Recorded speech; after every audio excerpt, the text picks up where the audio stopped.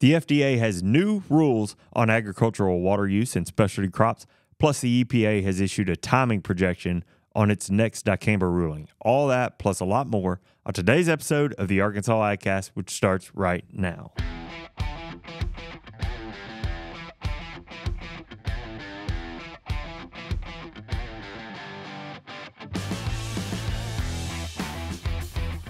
You're listening to the Arkansas AgCast, where we discuss the latest news, trends, and issues impacting Arkansas farmers and ranchers. Our show is brought to you by the Arkansas Farm Bureau Federation and hosted by Jason Brown and John Nickman. You know what, boys? Sometimes I'm happy for the science of editing, the technology of editing. Sometimes you're not perfect. Last week, I just totally created a new word. Yeah. Today, I just took me a few tries to string them all together. And So if you don't remember, that word was prediction. Prediction. Yeah. Yep. That's But right. you know, you got to protect your predictions, right? That's it. That's basically what I was saying. See, and you're gracious. whacking the microphone, my and gosh, my That goodness. microphone's been in his way all morning. I'm trouble. Yeah. Speaking of trouble, Matthew, welcome to the show this week. Yeah, woo. Thanks for stepping in and filling in for Brian. He is running the show over at the MSR conference. Yep. And really, truly, any reason, any excuse that we can have to get you in here and do the show with us is a good one. Yeah. I'm really excited to have you. And now McMahon maybe won't gripe about you not being here for at least That's a true. few When weeks. when you are here, I don't complain about you not being here. So I've bought myself like 9 days of grace. Well, next week I'll be complaining again. Yeah, so. Where is he? I mean, you're just lucky that I'm supposed to be in Mountain Home today, and I will be, but I said, well, let's push it back. I got to go do the podcast. Yeah. Well, I'm grateful for you doing that, especially with a long turnaround up to Mountain Home and back. Ooh, well, how long is that drive from Little Rock? 3 hours? Yeah, it's about 3. It's not too bad. Yeah. Go up to Marshall and then cut over. It's that Marshall to Mountain Home bit that's not so much fun. You gonna hit a spot to eat up there? Yeah, I think so. Yeah. I think so. Barbecue? Pie? No. Let's just say that at the end of the show, I'll give you information. Okay. See, I'm ahead of myself. I love that drive from here to Marshall, but after that, no. Well, as someone from Harrison who's lived in Central Arkansas for almost a decade, and having family down here, I'm about sick of that drive from. I say from here to Marshall. It's That's very not fair pretty because going through Greenbrier, all that can be a little bit troublesome. Clinton to the state line is a beautiful drive. Yeah. Just I've done it probably 200 times in my life at least. It's a bit windy. Once you hit the hills and you see the rivers and the creeks all flowing through around there, what's that? Oh gosh, that excellent bread store right there at the Marshall turnoff to. I on the can't right. think of it. Yeah, So like Serenity or something. Serenity Farms Bread, I think is what it's called. That place is great. You ever stopped and looked at the natural bridge? I always see the sign. I've never done it, but I've heard it's a little scammy. Yeah, I'll keep my mouth shut just in case they're members. okay. Just kidding. I've not ever looked at it. I haven't either. I don't have a informed perspective. I will say that drive though does have probably about 3 of the prettiest barns in the state. Yeah. So we do every Thanksgiving we go up to Mountain Home and spend several days, and I will tell you when we're leaving, we're like, make sure you got something to eat because there is literally nowhere to stop between Mountain Home and Marshall. I mean, you know, at least with us, if we've got the camper with us, I mean, there's not much. No. Yeah, I always stop in Clinton at the Sonic. that's a good option. Through there. Clinton does have a couple options. There, yeah, there's a good little sandwich shop, a Mexican joint. their pizza still has the buffet too. Oh wow. Yeah. Yeah, you can always find something to eat there in Clinton, that's for sure. But I'm a little jealous. The sun is out. It's going to be mid-80s today. Yeah, that humidity got ate up by that storm last night. It is not mid-80s in here, by the way. No, it's very chilly. Uh-oh. Very chilly in here. Well, you know how it happens. The temperature outside starts to go up, and here we are. It's not the coldest it's ever been in here, but it is. No. About to get them summer vest out. Yeah. Yeah, exactly. That'll be a nice trip today. You've got a lot going on right now. Yeah, I think I've got 12 shoots in the next 4 weeks. Ooh, my goodness. I'm going on a road trip later in June, Yeah. and so I'm trying to get all my ducks in a line for O&L before I leave. So Yeah. Yeah. Yep. Well, that'll be fun. Let me see what else has been going on. Oh, did anybody watch the Kentucky Derby? I did. Yeah, Yeah. I How about missed that it. winner? Yeah, I know. He the winner, Mystic Dan. He's got some Arkansas ties. Yeah, he does. Matter of fact, we were just talking about this the other day. So I think he's got 3 owners. Don't quote me on that. But the horse, and one of them is an Arkansan. Yep. Lance Gasaway family down around Star City. Yep. Yeah, and he Lance is a row crop farmer, I believe. He is. And I've been told he's a Farm Bureau member. So Probably. thanks for that. Yep. Yeah, so that was pretty cool to see. I think it was, if I read this correctly, you may know, you follow horse racing a little bit more than I do, but Maybe. I think it was the first Arkansas horse to win That the I don't Kentucky know. Derby. No, don't. No, you don't know. Don't get me. Where lying. was he on the odds? How about that? I don't know that either. So John knows nothing. I will say he was not on my list. Yeah, Fierceness was the, Fierceness was one. but his odds dropped like right before the race. He went all the way down to 3-1. yeah, number 2 and number 11. I can't remember Yeah. number 2's name or 11, but 11 was from Japan actually. Oh yeah. Forever Young. Yes.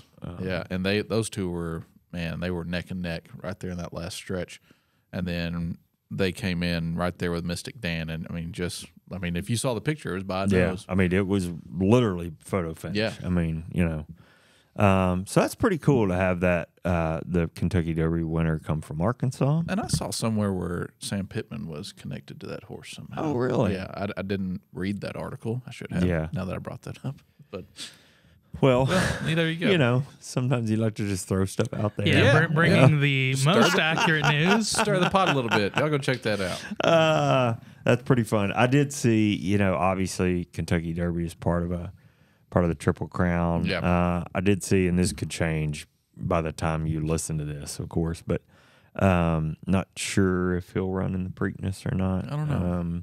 But anyway, keep an eye out for it because it'll be always good to root for, an Arkansan and in the sports world. Keep an eye out for that. And then let's see what else. Oh, it's farmers market season. It is. We talked about this last week, but I figure it's worth doubling up. Yeah. So last week I guess I kind of brought to y'all that the unofficial start date of farmers markets, whatever, is May 1st. Yeah. But I did hear that the Conway, somewhere in Conway, farmers market started like a week or two earlier than that. Oh. So that was pretty cool to hear.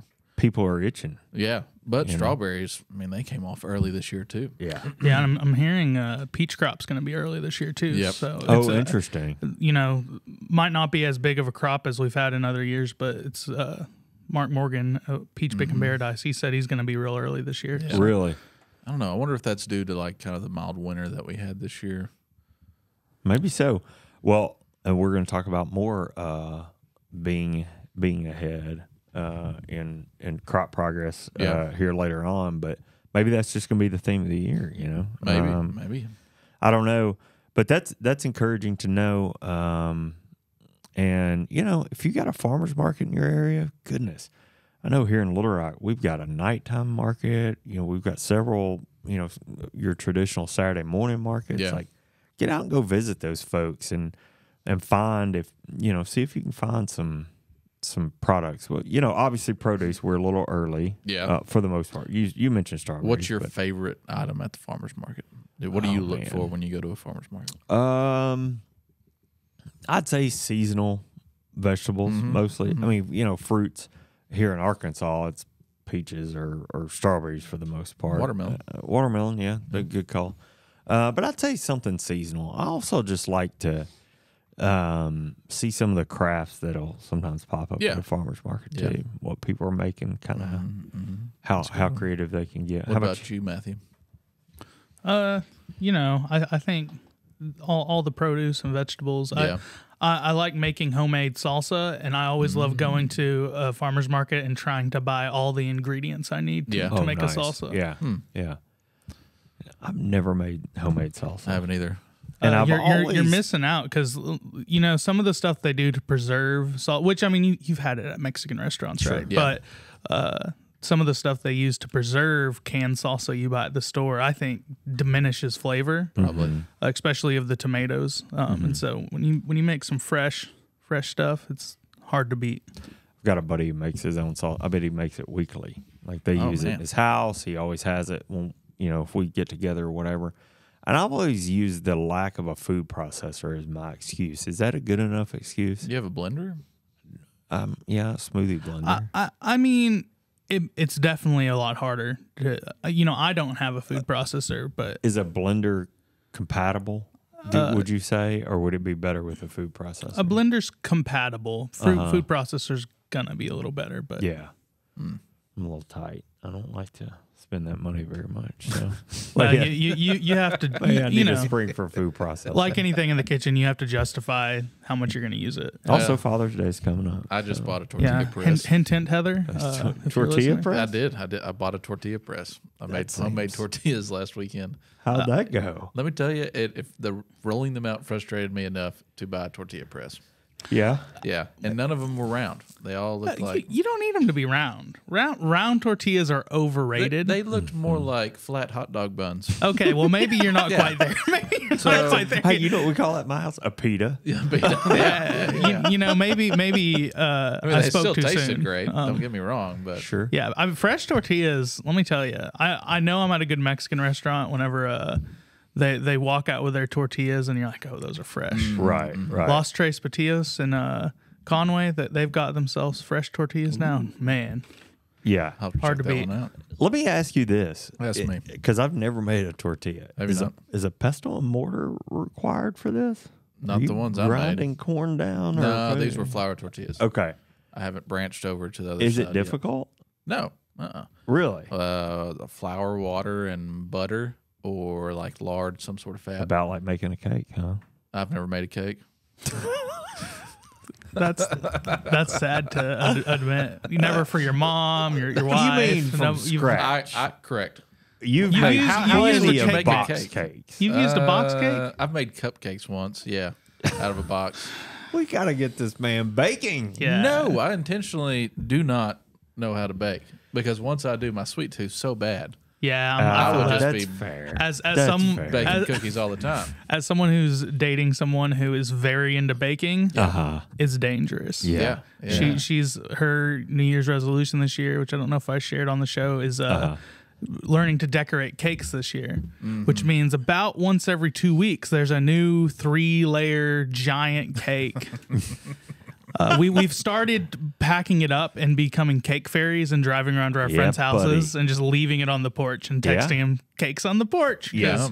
That's what I do with my smoked bologna, barbecue bologna. Is I'll make several and then just drop them off on the front porches and say enjoy it. Yeah. Well, the and bologna's good. I'll make one statement because I know we've wasted lots of time. Wasted is a bologna relative. and So cake. you know there's ridiculous holidays, right? Tons of them. So my birthday, August 8th, is National Sneak Zucchini on Your Neighbor's Porch Day. That's so weird. It's so strange. That's so weird. But I get it. Sneaky If zucchini. if you're growing zucchinis, guess what? You're gonna have way more than you know what to do with. right, Yeah. So right. That's fair. somebody said, "Hey, August 8th, the day Matthew Magdefraw was born." That's and what we're the doing. day we throw zucchini on people's porches and just don't what say we're anything. doing. Don't That's tell what them. we're Just doing. sneak it on there. How do you know where the zucchini came from? No. Do you need to just So you need to, hey, does it look good? You know, chop just, it up? It must be August 8th again. it must be August My 8th. God. again. Look at the calendar. How did we miss it? It's also like National, look up at the stars day or something. Yeah. So Yeah. My birthday is the day before that, and I have never looked at the national holidays for that. But now I should. yeah, you never know what you'll find. Yeah, it's probably like National Clean Your Ceiling Fan Day or something. Something lame like that. All right, getting back here. The Arkansas, speaking of events, the Arkansas Forage and Grassland Council Spring Conference is scheduled for May 17th. Is that next week? I think so. Yeah. Yeah, it is. I think it's next Friday. Saturday. Yeah, it's scheduled Saturday? for May 17th, taking place at the Judd Hill Farmers Market on campus yeah, at that's a Arkansas nice one. State University, so in Jonesboro.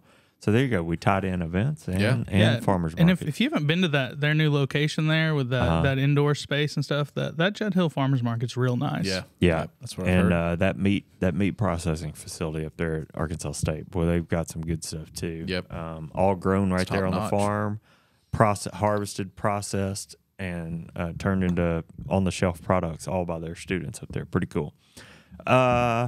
There at the Arkansas Forage and Grassland Council Conference, they'll be introducing the new Extension Forage Specialist, Jonathan Kubesh. The event's from 8:30 a.m. to 4 p.m.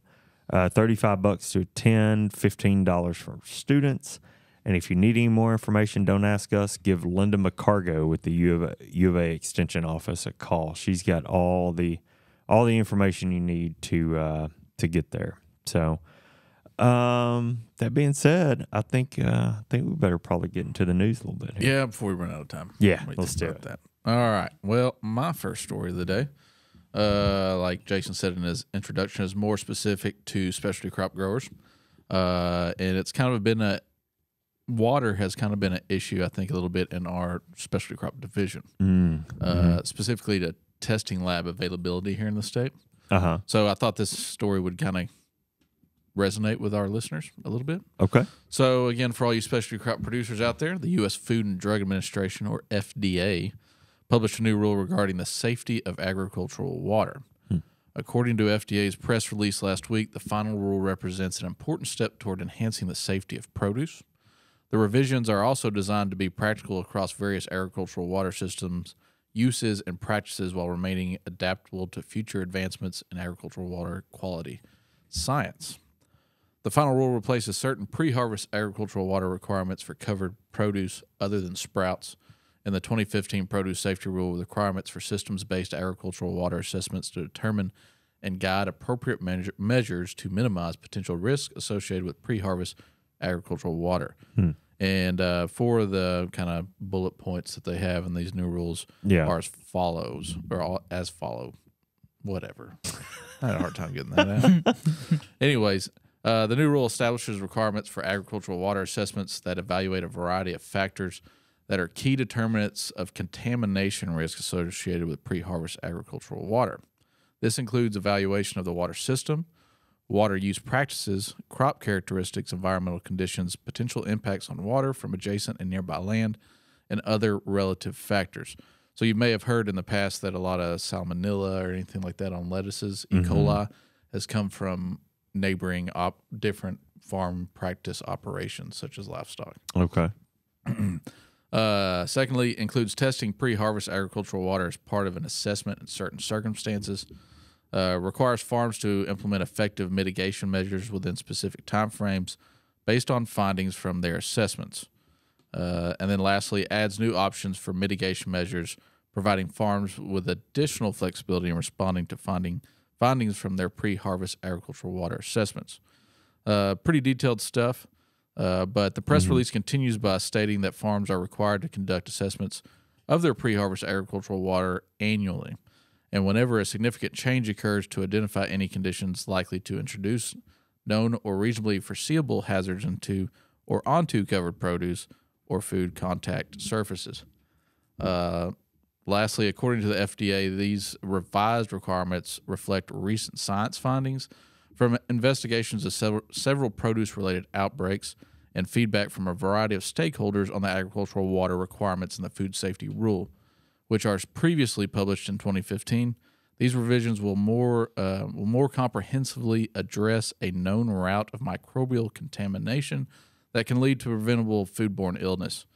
It should also be noted that this rule does not alter existing requirements for harvest and post-harvest agricultural water activities, so washing of any produce. For more information on this rule, which I've left out a lot of detail in compliance states, actually, please visit fda.gov and search final rule or pre-harvest agricultural water. They've got all the dirty details there. And then there's different compliance states for different size farms, and then it also defines what sizes those farms are. So I left a lot of that out because it was pages among pages. So for all you produce, fruit, vegetable growers out there, that's probably a pretty important thing you might want to look into. Does that apply to folks? You know, we've been talking about farmers markets. Does that apply to people who are growing and just taking it up to a farm stand or local farmers market? Don't quote me on this. I'm not the rule expert here, but sure, it would be advantageous to you to make sure your water's clean. Right. You'd hate for somebody to come back and say you're the reason that they got sick or a family member got sick. The other thing is, if you're a backyard producer, you're more than likely using city water. Yeah. So good call. Yeah. The likelihood of that being contaminated is pretty small and slim compared to a big commercial operation, say out west in Arizona or California, where there's a reservoir or something like that. Yeah. Okay. So. All right. Well, good to know.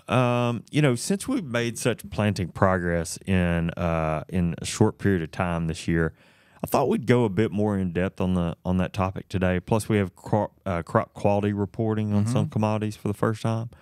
So, if we hop in the DeLorean and travel all the way back to planting season, I'm sorry, you think that's funny? That's one of my favorite movies. Mine too. How about that? So if we go back to planting season 2023, you'd see a confidently swift-moving planting report on May 5th. Yep. But would you believe me if I told you we are moving even faster come #plant24? You've heard us talk about the fast pace of planting this year, but let's dive in a little for extra context. As of Monday, May 6th, these reports are issued every Monday, corn in Arkansas was 91% planted across the state. That's a couple points higher than this time last year and nearly 15% ahead of the 5-year average. When we look at corn emerged, that's 76%, crushing last year's pace by nearly 10% and the 5-year by nearly 20%. Wow. What about rice? Well, we're even further ahead there. 90% of the rice crop is planted, 31 points higher than the 5-year average. But we're way ahead with the crop emergence too, with 71% of the rice crop seeing the sunlight today. You know what the 5-year is for rice on May 5th? I don't. 35% emerged. Oh. So we've more than doubled that this year. Sure enough. Moving on to soybeans, we've more than doubled the 5-year progress in both planting and emergence, with the numbers at 65% planted and 46% emerged. We remain well ahead of the 5-year average there, basically across the board, and last year's average too.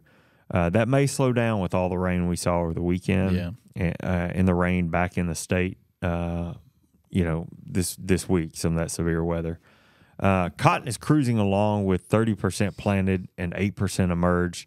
We're moving about twice as fast as the 5-year here too, and still ahead of last year. 32% of the peanut crop is planted already, ahead of last year's pace, and still 10% ahead of the 5-year. Plus, we have 8% of peanuts emerged. Now, we promised to talk about quality. So corn looks pretty good. About 65% of that crop is in good to excellent condition, with most of the rest rated as fair. About 80% of the rice crop looks great, with the remaining 20% rated as fair. Winter wheat looks good. It's about 80% of that crop is headed out. We saw... So the progress is good, right? Yeah. Thinking about La Nina, which you reported on a week or two ago, and how that could impact. That impact's not going to come in, or that we're not going to see that really take hold until later in the year, potentially in harvest, at least late summer. That'd be the earliest if I had, from what I've gathered. Yeah. So what makes this interesting is being that far ahead.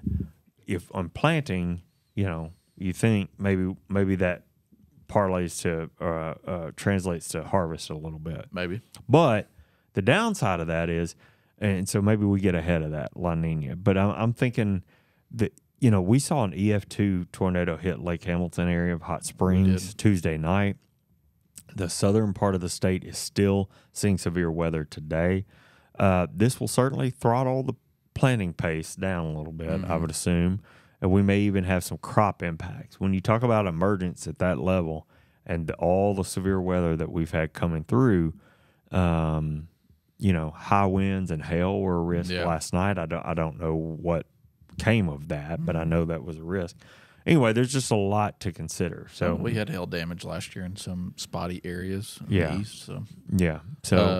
One thing I'll add, you reminded me of something when you mentioned corn and soybeans. I tried to write a story on it, but I just couldn't put enough information together. There's been a lot of flooding, heavy rains in Brazil. Oh, yeah. And so much so that it's starting to damage their soybean and corn crop. But, also, I think given that we've seen some prices in corn and soy go up because of the lack of, supply that potentially could be out there. Concern about that supply. Yeah. Interesting. Well, I know here, we reported on this a couple of weeks ago, but corn was supposed to be down a little bit in acres just because of cost of producing the crop. And I did see some data about that, looking for news stories. Yeah. This week, one of them calling this the most expensive corn crop. And we might want to circle back around to that at some point. But anyway, a lot of impacts go into those commodity prices, including weather, because of supply. All right, May is Mental Health Awareness Month. We talked about this last week, and our friends at American Farm Bureau have brought back their Farm State of Mind campaign. That's right, Jason. A healthy farm or ranch is nothing without a healthy you, and the Farm State of Mind program has a lot of helpful resources, like the new Together All online community. Yeah, and Together All is a safe, anonymous, online, peer-to-peer community accessible 24/7 and moderated around the clock by licensed mental health professionals. The platform is available to farmers, ranchers, and members of their family who are 16 years or older. So all you need to do is set up an anonymous profile to gain access to a network of peers who can listen and offer support. In addition, if farm families need counseling services, those are available for no cost thanks to the Farm Family Wellness Alliance. To learn more, visit farmstateofmind.org or type Farm State of Mind in your search engine. All right, let's get back to the news. Okay. So I got some information on ag equipment. Oh, interesting. Something I used to know a little bit about. Yeah, for sure. So agricultural equipment sales are falling, and dealers are being forced to shuffle inventory around. Oh, wow. Yeah. Given the drop in sales, inventory at dealerships has increased substantially and has caused dealers to heavily discount machines, suspend new orders, and even auction off equipment at reduced prices. So business has been great for dealers over the last few years, but manufacturers such as Deere and C&H struggled to keep up with strong demand for tractors. In 2022, when farm income hit a record high and pandemic assistance payments gave farmers the opportunity to upgrade their equipment. However, times have changed. Plummeting U.S. farm income as well as corn and soybean prices hitting 3-year lows has forced dealers to pivot quickly. In April, inventory levels of high horsepower tractors, 300 or above, in the U.S. surged by almost 107% year over year. Wow. While combine inventory also experienced a 17.63 increase. According to Sandhills Global, a market research firm specializing in tracking used inventory for industrial manufacturers. In some parts of the Midwest, there have been reports of dealers slashing prices by 30%, as well as offering 0% financing to help move equipment off lots. This is pretty interesting. So although 0% financing is a great incentive to sell equipment, it can also result in losses for a dealer by carrying unsold equipment can be even more costlier. And for example, This is a reason a manufacturer will give dealers free financing. So John Deere will ship new equipment to the dealer, but under 0% financing while they try to sell that piece of equipment. But if they hold it too long, it's only for a certain amount of time. Oh, interesting. And after that point passes, that manufacturer could charge anywhere from as high as 7.5% interest rate to that dealer. So they may offer 0% financing to help move that equipment, and it may seem like a loss to the dealer. But if they hold that new equipment longer than they should, it'll be even bigger loss. So think about having millions of dollars worth of equipment sitting on a lot, and now having to pay interest on that. It adds up pretty quickly. Yeah. No So currently, Mitch Hellman of Sandhills Global, like I mentioned earlier, is seeing a 70% gap between auction prices and retail prices. Wow. That's pretty staggering. Yeah. And lastly, it also seems that Deere saw this coming, given that they announced back in February that they planned to cut production as far as back as February. So this was kind of something when I was working for John Deere that I saw too. We saw a huge increase in equipment, and that was a big deal of having to pay that interest on that piece of equipment that was sitting on new lots, as well as the influx of used inventory. But if you just went back a few years ago, you would see a dramatic decrease in the amount of equipment being held on lots. Yeah. Whether it was John Deere or CNH, which is Case. Yep. So pretty interesting stuff, and it kind of seems like that goes in waves. Like you said, or like I said earlier, it's going to be commodity prices and projected farm income that's going to drive a lot of equipment sales, whether up or down. Yeah, I mean this equipment is not something you're going to drive for a year and turn around and move it. In most cases, I should say, there's always an exception. So if people, if you went back and looked, I'm sure at how much equipment was purchased between in the last 3 years or so. Maybe it stands that there's a slowdown. Yeah. I don't know. I haven't looked at that data, but it just kind of makes sense. Well, and it's so expensive to buy new equipment now that if you can make your old stuff work, you're probably going to find a way to make your old stuff work. Yeah. Well, you're going to want to fix it before you buy a new piece of machinery. We've done all the reporting on right to repair changes and MOUs with John Deere and the other large equipment manufacturers, and maybe who knows? I mean, I don't know, but that's all speculation. What we do know is that there's a surplus of equipment out there. Yeah, I would say if you can't afford it, right now would be a good time to buy a piece of equipment. Sounds like the it. likelihood of you being able to afford it is pretty low right now, though. Yeah, well, there's that. It's a good deal on something that's stupidly expensive. Yeah, yeah, no kidding. All right. Well, you know what? To wrap up, there's a bit of news this week out of the Environmental Protection Agency's review on dicamba labeling. We talked about this too at the top. We're leaning on reporting here from Steve Davies at AgriPulse for the latest. So thanks to him for putting together such a great article. Based on EPA's timeline for reviewing a new dicamba label submitted by Bayer, growers may not be able to use the herbicide next year. Of course, this season, farmers have been allowed to use dicamba sold before February 6th, the day of the federal court ruling in Arizona, which said EPA failed to follow procedures in previous registrations and other cases. According to Davies reporting, EPA said last week that according to the new application from Bayer, the process of review could take a while. I'll give a quote here from the EPA. This proposed new use has been coded as an R170 additional food use. He's talking about the label. Yeah. Which carries a statutory review time of 17 months from the date that the action gets in processed, end quote.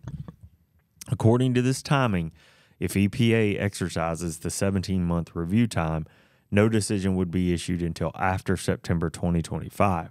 Wow. Now, EPA has released Bayer's proposed label for a comment period that ends June 3rd, but some experts believe that the Center for Food and Safety are partly involved in the Arizona lawsuit that got us to where we are, will seek an extension for that comment period, that 30-day comment period. So if so, obviously that could impact the overall timeline. We'll certainly continue to monitor developments in the story as changes could impact decision-making for growers in the 2025 production year. Yeah. So Especially if they wait till 2025 or September 2025 to make that rule. Yeah, I mean, you know, you could speculate on how much supply is out there, especially that existing stocks. Yeah. Allowance that EPA made, if that carries over, I don't know. There could be a lot to unpack here, and we'll just have to kind of keep an eye and see how that changes things. Yeah, it's interesting. All right, I think that's it for the news here today, Matthew. You didn't bring the rolling wheel of trivia, did you? I did not bring that. You know, that's Brian's thing. You know, you just take one look at me and you know that I like to eat a little bit of food, and so that's why I like bringing up food. And we like it when you come with food. So today's maybe not quite food. You guys will remember last year I participated in the Arkansas barbecue stamp passport thing. Arkansas Times and PK Grills put it on. Matthew was a big winner. Yeah, you know, big winner, and really the winning was eating so much good barbecue and having lots of new opinions to share about barbecue around the state. For sure. Well, Arkansas Times this year came up with the craft beer passport program. Oh, interesting. You could get one if you pick up one of this month's Arkansas Times. I know Jason and I were at a PR team lunch at Wright's Barbecue, and they had a big stack of them. So there's lots of places around you can grab one. So when was this lunch? I wasn't invited to. In a couple weeks. Well, you know, you're only unofficially in the PR team, not officially, John. Yeah. I'm only included when it's advantageous. Yes. Yes. Okay. Same. But Well, you'd think Wrights would qualify. You Man. think so? you would think so. I'm a big fan. Yeah, as you should be. Anyways, so they've come up with this craft beer passport, and it's got 34 different breweries in it from across the state. As far south as Camden, as far north as Mountain Home. You know, spoiler to what I might be eating for dinner tonight while I go to Mountain Home. All right. Yeah. But I will say, unfortunately, I'd say there's a high density of these that are in Northwest Arkansas. So this is definitely going to be something probably a little more fun that people who spend a lot of time in Northwest Arkansas. How many do you think we have here in Central Arkansas? I think there was in this book there is 5. Is that it, like as far north as Conway? There's nothing in Conway. Didn't know that. Morrilton has one, but anyways. Morrilton. This isn't like a comprehensive list, obviously. This is people Right. people It's have people to who are participating. Yep. But just a few interesting ones that I hadn't heard of. There's one up in Lowell called Goat Lab Brewery. Never heard of that. And it's a German owner, Bill Adams, who's born in Germany. And he came and he's brought traditional German beers, as well as pizza on a hickory and oak wood-fired oven. So that's goodness. I'm going to have to make my way up to Lowell. Yep, and no I doubt. love some pizza. Then another exciting one, our friends at Preston Rose Farm and Brewing, they're in this. You know, they're a farm-to-table restaurant and have their own, you know, winery and brewing and all that up there in Clarksville. Another one I noticed that I thought sounded interesting. Down in Camden, there's Native Dog Brewing. I did not know that we had any breweries down and there. it's found. It was pharmacist Bobby and Lauren Glaze, and they, you know, they wanted somewhere where people could bring dogs, and which, you know, kind of goes Native Dog, but bring dogs, hang out, you know, drink a beer. Okay. And then finally, the one I'm going to try and go to tonight, if I can convince people who are going on the shoot with me to go, is Raps Baron Brewing Company in Fayetteville. It looks like they're, you know, got lots of good food and, you know, obviously they're craft beers. And I will say the thing that excites me about this is that, you know, not everybody's into beer. Not everyone wants to drink a craft beer, and that's fine, you know. Sure. But a lot of these places also have food, so I think you could still participate even if you're like, you know, I like the atmosphere of a brewery. I like going and, you know, somewhere you can hang out with friends, maybe listen to music or something. But most of these places have a food option. It's usually really good food. And it's usually really good food. I'm thinking about the trip that we made. Yeah, well, Superior's in here. Superior Brew House is in here. So that... You know something else about that? What? Some of these places make their own root beer Oh, true. on tap. So That Superior? Superior root beer was, it was good. well, Superior. So, anyways, it's just a fun thing that maybe you can get out and do this this summer. Yeah. I think that the passport thing and getting the stamps. I enjoy just getting stamps. Prizes included. Just like, hey, this is fun to keep track of. And just some options for places maybe you've never heard of. Looking to picking one of these up. Check that out. I like it. Now we know your frustration level over my humor sometimes is really it's not palpable. Frustrating. It's just, maybe you're frustrated at me laughing. We've been you guys have been doing this for now over a year, so it's. I know we've hit that point, haven't we? Yeah. Superior. Superior. Well, all right. Well, look. That wraps up the news for this week. Thanks for following along to the Arkansas Agcast. We're grateful for you taking the time to watch and listen. Remember, you can catch new episodes of the show every Thursday afternoon. Find video episodes on Facebook and YouTube. Listen to the audio version wherever you listen to podcasts. Make sure to subscribe and leave us a review when you have a few extra minutes. The Arkansas Agcast is brought to you by the Arkansas Farm Bureau. I'm Jason Brown. And I'm John McMinn. And we'll see you next week.